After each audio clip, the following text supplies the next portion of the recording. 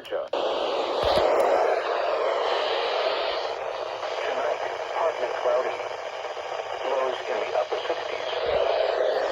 With damaging winds along the area. This will normally be more noticeable at greater distances from the transmitter. Will occur even though you are using a good quality receiver in perfect working order. The warning alarm will be activated for severe thunderstorm, early tornado, 78 degrees, winds variable.